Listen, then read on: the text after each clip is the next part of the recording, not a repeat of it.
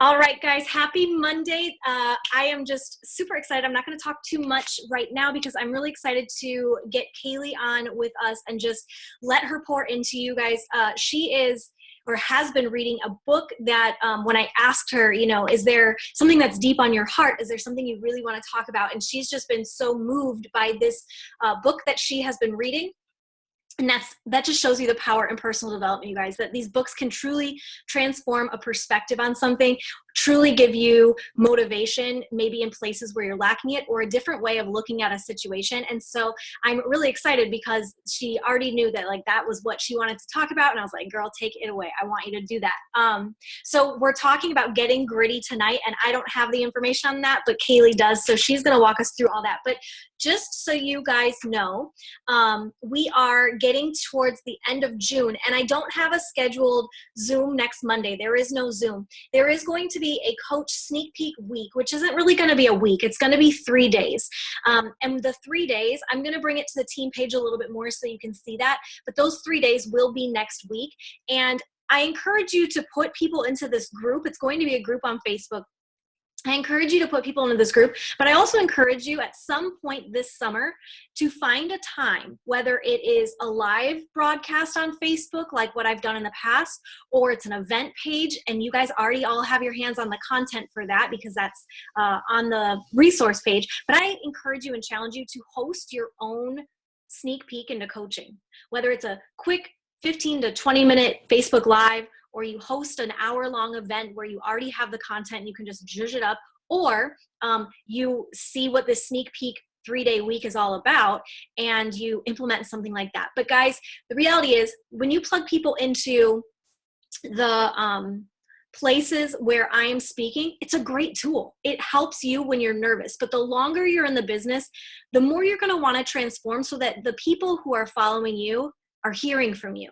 Right? So this sneak peek week is going to be really good, but I am also challenging you to find some time on your calendar between now and the end of August to implement some sort of coaching opportunity so people can hear your heart for this business. You would be surprised at what that can do. So that was one challenge I wanted to give you. Next week, like I said, is no Zoom. I am, though, going to pre-record a little thing on how to do a tracker hour or how to use a tracker, and I'm going to post that on Monday. So we don't have a formal Zoom on Monday, but I will post that because it's something that I want to talk about, and because after today, we will not be back to talking with one another until July 10th. July 3rd, I'm giving you that Monday off as well. And then we'll be back on July 10th, and we'll, because there were 5 weeks in July, or 5 Mondays in July. So I didn't want to do every single Monday. So the 3rd, we also have off. So after Kayleigh takes it away tonight, we will not be back formally together face to face until July 10th. Do not allow that distance to give you some room to distance yourself in the business. I encourage you to plug in to team trainings that are coming up or the ones that you're already in. And I encourage you to dive in to July strong with your goals, okay? Because June, guys, it's almost over. It's almost July. I can't even believe it. But anyway, that is all that I have for announcements. I'm going to switch gears and give it to Kayleigh now. Kayleigh, guys, joined Beachbody with us, I think in October, November, back in the fall. She's just been a light in my life since the day that I connected with her on social media. She just has such an energy. She, that was one of those people that I saw on social media, and it's like, man, that person just would be so cool to hang out with, right? And then through Beachbody, I've gotten to know Kayleigh better and continue to get to know her better, and just love everything she stands for. She has integrity, she has heart, she has hustle. She has a heart of gold, though, one that I wish that I could have. So I'm going to let Kayleigh take it over. I'm going to mute myself. And let's learn from Miss Kayleigh. All right, can you guys hear me? Is this working? Okay, good. All right, hi everyone. I'm super happy to be on tonight. Thank you, Brittany, for asking me to speak tonight. So funny story, she actually texted me about this team call when I was down at the beach, and I was in the middle of reading the book that I'm going to speak about tonight. And she texted me and said, hey, do you have anything you'd want to talk about? And I was like, yeah, I'm actually reading this great book, and I think it would be very valuable information for a lot of our team to hear, and it really impacted me. So that's a little bit why I wanted to share about it. this is the book, in case you haven't seen it. It's called Grit by Angela Duckworth. I have the picture again in the slides, and I'll post the links and everything later once the recording is up. But it's a really great book. So I'll dive into some of what she talks about in the book tonight. Obviously don't have enough time to cover a 300-page book, but I'll speak to some of the points that I think are most beneficial to us and our business and things like that. And then definitely try to get your hands on it if you think what you're hearing tonight is interesting. Okay, so let me try to share my screen here.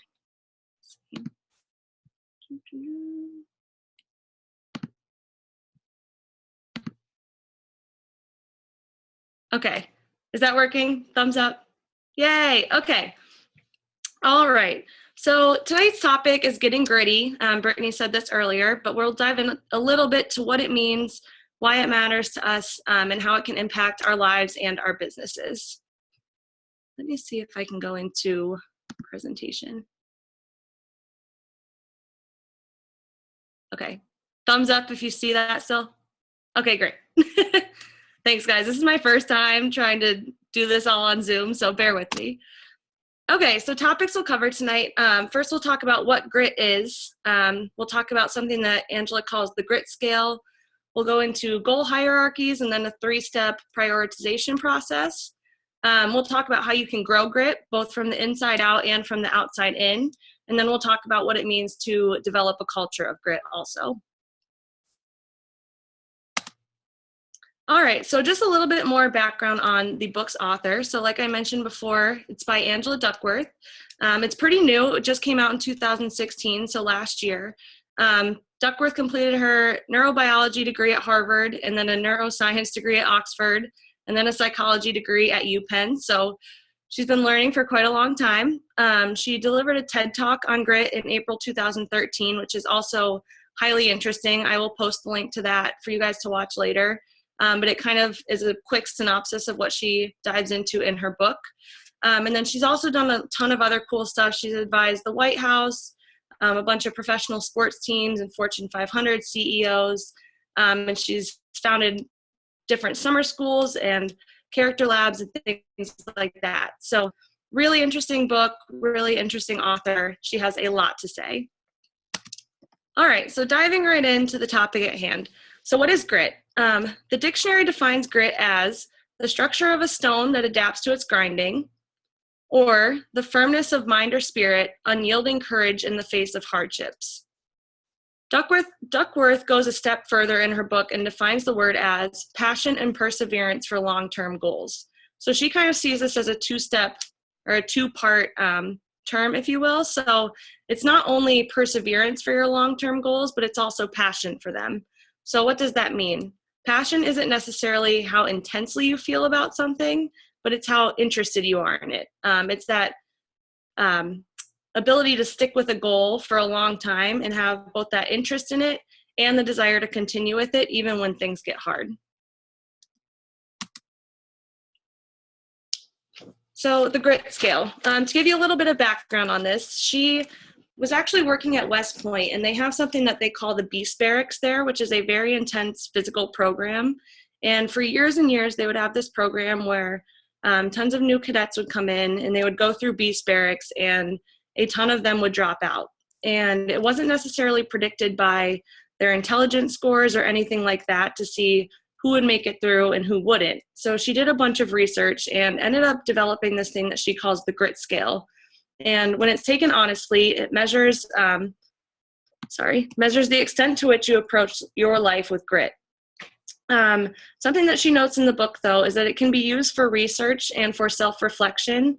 It's not necessarily the best predictor for employing people for jobs or who to admit to schools or things like that, for a couple of different reasons. One, it's a short test, which you'll see soon. It's only 10 questions long. Secondly, the part that says when taken honestly is a big piece of this. It's an honest reflection for yourself, but it's also very easy to lie. So if it's not taken honestly, you can get a pretty inaccurate grit score. But what she did find was that this grit scale can accurately predict a lot of different things. So it was actually the best predictor of success in the Beast Barracks over anything else that they measured, such as intelligence, leadership ability, or physical fitness. What she also found using the grit scale was that the grittiest contestants were the ones most likely to advance to the finals at the Scripps National Spelling Bee. She also found that those who graduate with an associate's degree from college tended to be more grittier. And she's used this in multiple different settings to see what is it about people that helps them succeed in their long-term goals. Oops. All right, so taking the test. So as I mentioned, it's a 10-question test. And we can take a few minutes here. Just read down the questions, jot them down in your notes. As you can see along the top, there's ratings not at all like me that go all the way up to very much like me, and each one has a value. So next to numbers 1 through 10, just jot down your values. And again, make sure you're honest, because if you're not honest, it won't give you a very accurate grit score.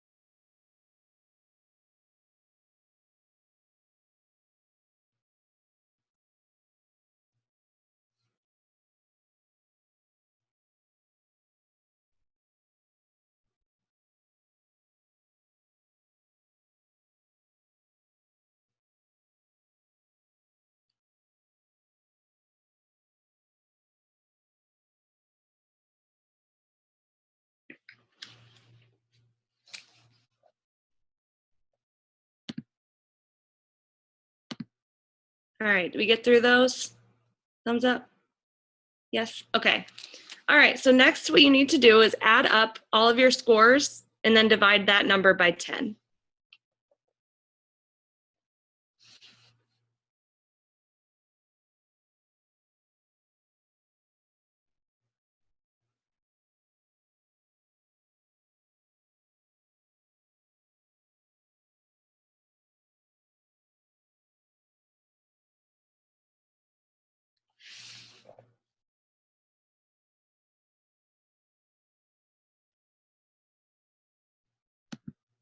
Okay, so moving on to the results.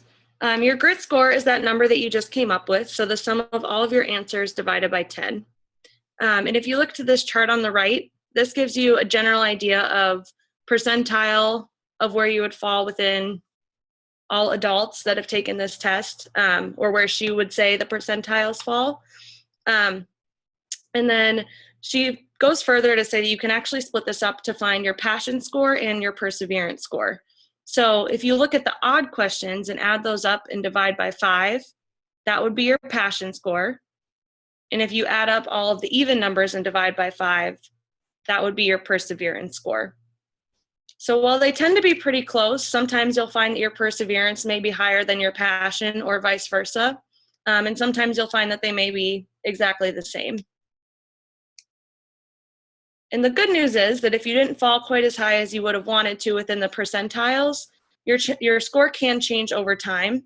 And it's also impacted by the standards to which you hold yourself. So if you hold yourself to incredibly high standards, you might be more likely to rate yourself lower on the grit questions. And a lot of it also depends on whom you're surrounded by, and again, what expectations you are used to holding yourself to.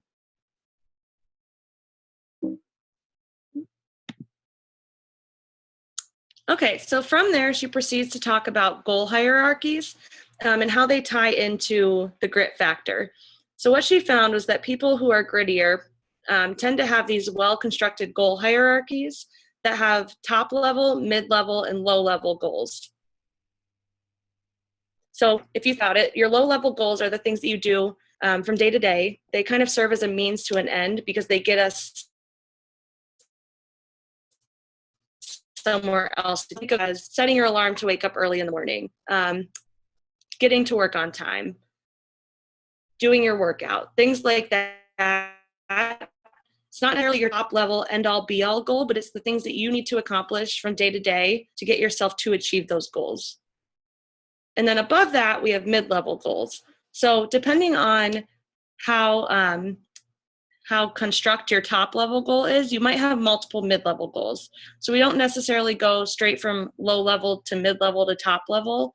You may have 3 layers of mid-level goals, 5 layers of mid-level goals. It all depends on your individual goals. And then again, your top level goals are the ultimate goals. So these are the ends that essentially drive every action you do at the lower level.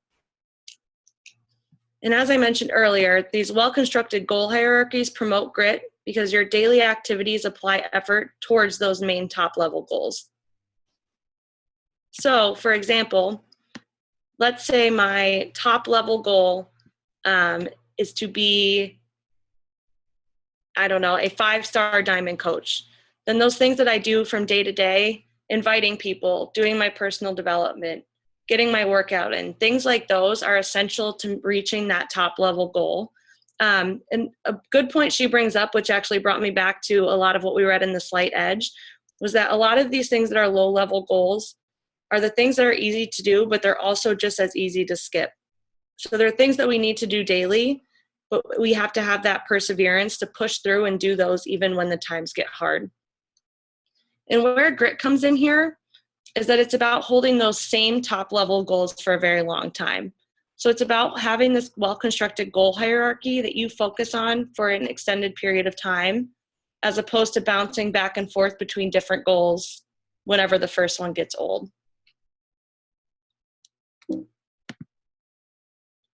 So if you're a visual learner like I am, here's the diagram that she uses in the book.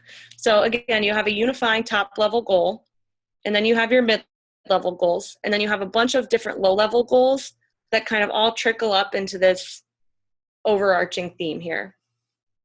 And as she mentions in the book, the higher the level of the goal in question, the more stubborn these paragons of grit are about seeing it through. So if you're a grittier person, you're going to tend to be more stubborn about seeing through these top-level goals and really sticking with them for a long time. And then she goes on to talk about what the common failings of these goal hierarchies are that lead to lower grit. So the first thing is no lower level goals. So a lot of times you'll see this when people say, or for example, let's say a kid says, I want to be in the NBA one day, but he doesn't necessarily know what those steps are that he needs to take to get to that top level goal. So he has a really great goal in mind, but he doesn't necessarily have any low level goals, those day-to-day actions that are going to help him get to that top level goal. The next thing is a bunch of mid-level goals with no top-level unifying goal. So if there's no one goal in mind that's driving everything you do below it, we tend to be scattered and not know where to focus our attention. And then the next thing is competing goal hierarchies. So it's, again, essential to have this top-level unifying goal that drives what you do in all of your actions below, instead of having a bunch of different goals that you bounce back and forth between constantly without ever reaching that top level goal.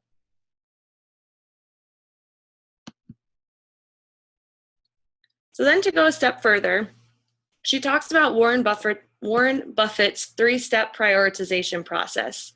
So this is something that she, I believe, had explained to her and then really took it to heart and to think about what it meant.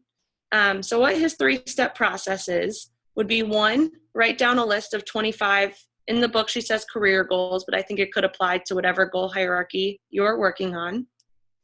And then once you do that, circle the 5 highest priority goals. And this is important, only 5, not 10, not 8, only 5. And then he says to avoid the other 20 at all costs, which seems pretty drastic when you think about it, but essentially what he's getting at is this quote I put below. Any successful person has to decide what to do, in part by deciding what not to do. So we could have 25 different career goals, but if we're trying to focus on all 25 goals at once, we'll never get to where we want to be. We have to pick the things that are the highest priority and devote our time to those, as opposed to doing a bunch of different things halfway. And then I really like this quote by Stephen Covey also. You have to decide what your highest priorities are and have the courage, pleasantly, smilingly, not apologetically, to say no to the other things. And a way to do that is by having a bigger yes burning inside. And I think this goes back to the goal hierarchies, because that would be our bigger yes that drives the things that we do from day to day. And one other note on goal hierarchies before we move on, she did mention that while it's important not to have competing goal hierarchies, you can have multiple different goal hierarchies. So you could have one for your personal life, one for your career, one for your family, etc. It's important just to make sure that within each sector, you really have that one driving goal that dictates the mid-level and lower level goals. Okay, so as I mentioned earlier, it is possible to grow grit. It's not something that everyone is just born with and can never change. It is something that can be developed and cultivated throughout time. So grit is influenced by both genes and experience. It grows with age and with changing circumstances. So as we grow through more and are forced to kind of change our personalities and, well, not our personalities, but change our circumstances and how we're dealing with different situations, that can grow grit. And it can be grown from the inside out. So it's not something that necessarily has to be taught to us. We can work on cultivating it ourselves. And in the book, she talks about 4 psychological assets of grit. And these are interest, practice, purpose, and hope. And we'll dive into each one of these in the next few slides too.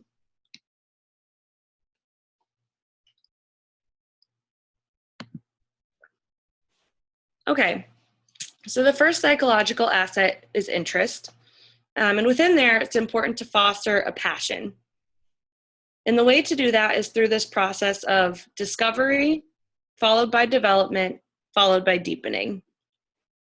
So as I mentioned earlier, passion has less to do with the intensity of what you're interested in and more to do with consistency over time. So finding that one thing that you're really interested in, and that's really what drives you throughout time. And she notes that it's not always a light bulb moment when you foster a passion. It's not something that you'll necessarily find immediately and be totally hooked on 100% in right away. So it's important to ask these discovery questions, which are things such as, what do I like to think about? Where does my mind go when it wanders? What are the things I care about? What matters to me? How do I enjoy spending my free time? Those things that really help you figure out what drives you and what is that consistent theme over time that helps you cultivate your perseverance to achieve your goals. Something to note here that I think is really important, especially as we are working with our own teams and with our own clients and helping others develop grit, is that these interests thrive when they're accompanied by both positive feedback and encouraging supporters. So as people are starting to dive into these new passions and find things that they like and things that work for them, it's also really important for them to have positive feedback and people who are encouraging them along the way. But within that, it's also important for them to have autonomy. So they need to be the ones deciding that this is something that they're passionate about instead of us trying to dictate that they should be passionate about something.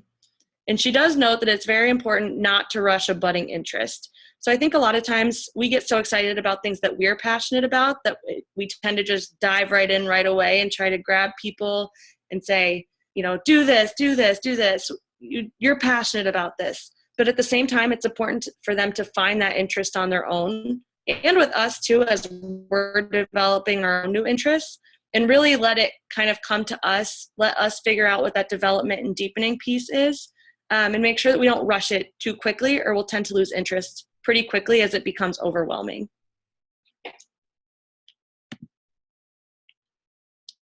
Okay, and then the next step is practice. So a big piece of practice is not just spending more time practicing, but spending better time practicing. Within this, she mentions the 10,000 hour rule, which I'm sure some of you have heard about. Malcolm Gladwell talks about it in one of his books, Outliers, also a great read if you haven't read that. But essentially what the rule is that it takes 10,000 hours of practice to become an expert in anything. So what she then talks about is this notion of deliberate practice. So this is what experts and gritty people do differently than those who are less gritty when they practice. So this process is all about A, setting a stretch goal, then striving to improve specific weaknesses, which is something I think we talk about pretty frequently as coaches. So not just practicing those things that we know we do well, but really honing in on where our weaknesses are and focusing on improving those things as opposed to what we're already good at. Next, practicing with undivided attention and great effort. Seeking feedback, so knowing what we're doing well and what we still have room to improve on. 5, reflecting on what we're doing. And then repeating that task over and over again until we master the task at hand. And then really the whole process starts all over again when we set a new stretch goal.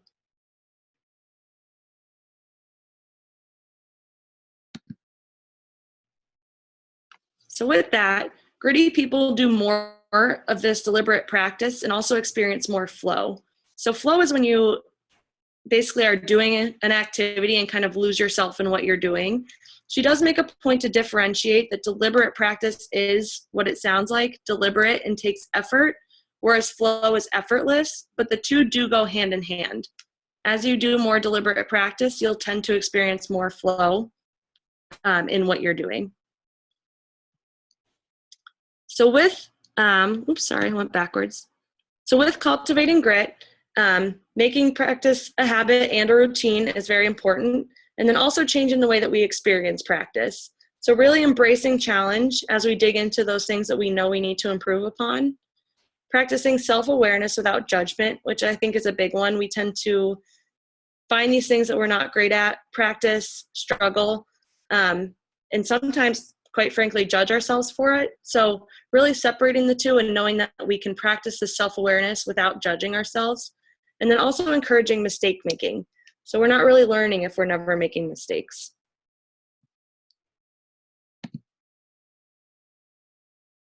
And then the third asset is purpose. So purpose is defined as the intention to contribute to the well-being of others. So as we progress along this journey, we kind of start with this self-oriented interest or passion. Once we have that, we work through self-discipline practice. And then we move forward to integrate that work with other-centered purpose. So one of the distinguishments she makes is essentially how you view your work. So three people could be doing the exact same work. One could call it a job, one could call it their career, and the third could call it their calling. So this kind of goes back to what we talk about frequently within our team about what is your why. So what is it that drives you? How are you contributing to others with the work that you are doing?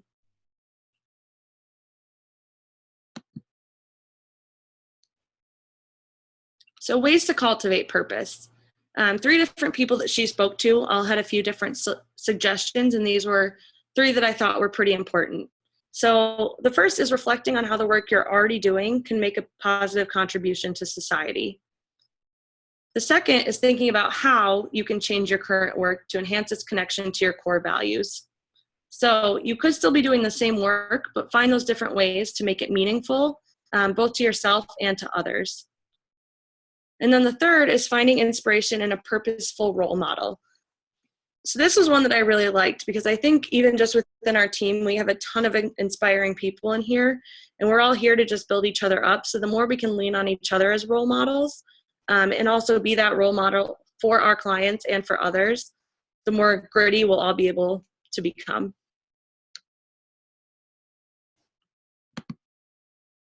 And then the last is hope. So as it relates to grit, hope has nothing to do with luck and everything to do with getting back up again. So something to note here is that objective events can lead to very different subjective interpretations. So the same thing could happen to 2 different people and they could react completely differently based on their mindset. And she notes that these people who are paragons of grit explain setbacks optimistically. So instead of getting knocked down and just saying that they give up, they find ways to use the setbacks to their advantage and grow from there. And then beyond that, growth mindset and grit also go hand in hand. And I love this quote that's in the book. It says, "When you keep searching for ways to change your situation for the better, you stand a chance of finding them. When you stop searching, assuming they can't be found, you guarantee they won't." And then at the bottom, like I said, growth mindset just leads to optimistic self-talk, which then leads to perseverance over adversity. And again, perseverance is one of the two main components of grit.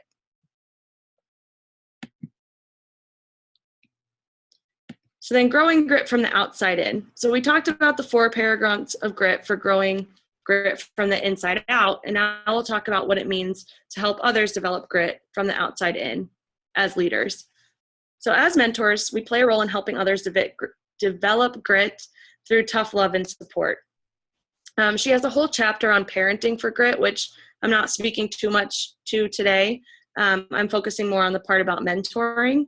But this was a page that I found really interesting. So this page talks about the way that language can play a significant role in either undermining or promoting a growth mindset within someone else. So I think it's really important to take note of this and think about how we're communicating, how we're helping our clients develop growth mindset or our downlines, depending on your situation. Because if you look at the examples on the right, there's one of the ones that I really love is, "This is hard, don't feel bad if you can't do it," versus "This is hard, don't feel bad if you can't do it yet." So that one simple word change is a huge factor in whether you're undermining or promoting a growth mindset within someone else. And again, as opposed to calling someone a natural, calling them a learner, instead of just telling someone maybe it's not their strength and that they have other talents, just telling them that you have high expectations and you know that you can help them reach those standards together.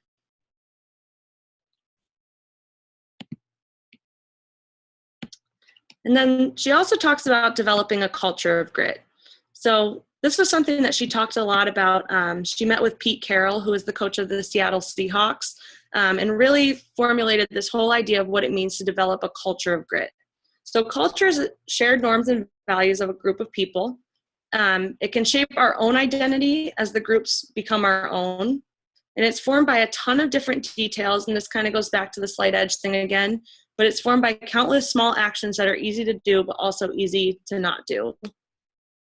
And something else important here is that it can be years before grit pays off, especially in a culture, but there are tons of long-term benefits. You may not see them right away because it does take a long time to develop this culture of grit, but you will see a long-term payoff.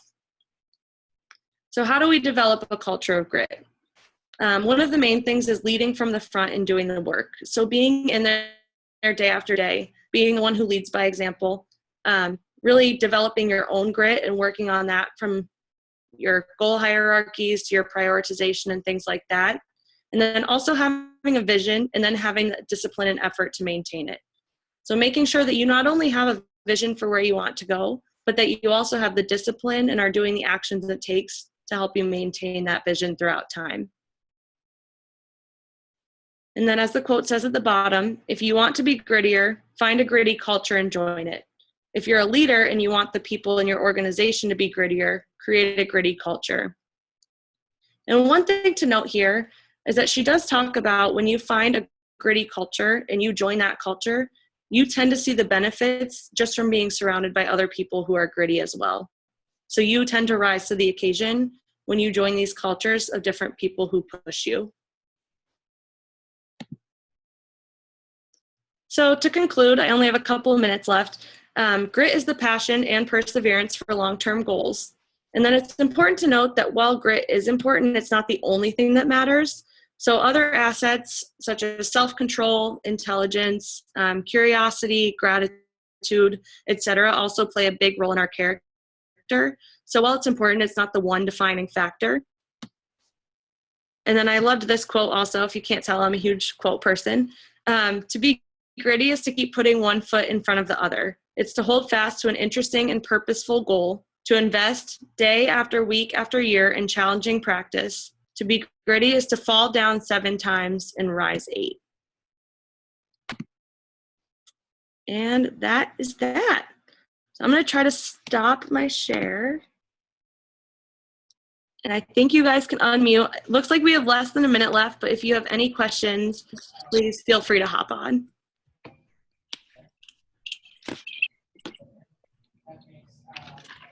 I don't have any questions. I am going to have to go back and look at that PowerPoint again and just watch this again. I'm trying right now to not cry. I'm like, seriously want to cry. That was so good. And like, I'm thinking of how our team has such grit already and how we can develop it even further. And I'm just so beyond proud of Inspire Beauty. And I feel like crying right now. That was awesome, Kayleigh. Frankie, somebody's dog's barking and Frankie's pissed. Mine, I'm sorry. Frankie! It's Koba. Oh my gosh. All right, guys, it's going to kick us off. Let me do a picture really quick. If nobody has questions, we can take it to the team page too, okay, guys? Kayleigh, thank you so much. That was so awesome. Thank you. All right, ready? 3, 2, 1, smile. You guys rock. Thank you so much for being on. I will get this recorded. Thank you. Thank you, Kayleigh. Ah, so good. Bye, guys.